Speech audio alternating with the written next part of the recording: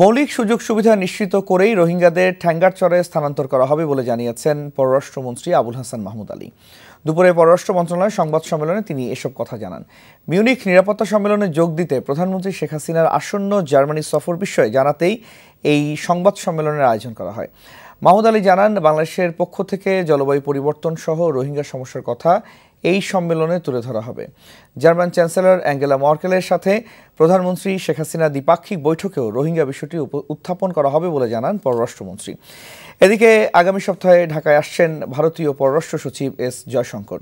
তার এই সফরে মূলত প্রধানমন্ত্রী শেখ হাসিনার ভারত সফরের সময়সূচি চূড়ান্ত হবে বলে জানান মাহমুদ আলী। যাতে তারা ওখানে থাকতে পারে, তাদের স্বাস্থ্যর দিকটা দেখতে হবে, তারপরে প্রাইমারি স্কুল করতে হবে, বাচ্চাগুলো পড়তে পারে, সবই লাগবে। তো এগুলো করতে হবে, এগুলো কাজ শুরু হতে যাচ্ছে। এগুলো হয়ে গেলে আমাদের উন্নয়ন সহযোগী যারা আছেন, যারা সাহায্য দিতে চান, তো তাদের রাষ্ট্রদূতদের আমি নিজে নিয়ে যাব, দেখাবো।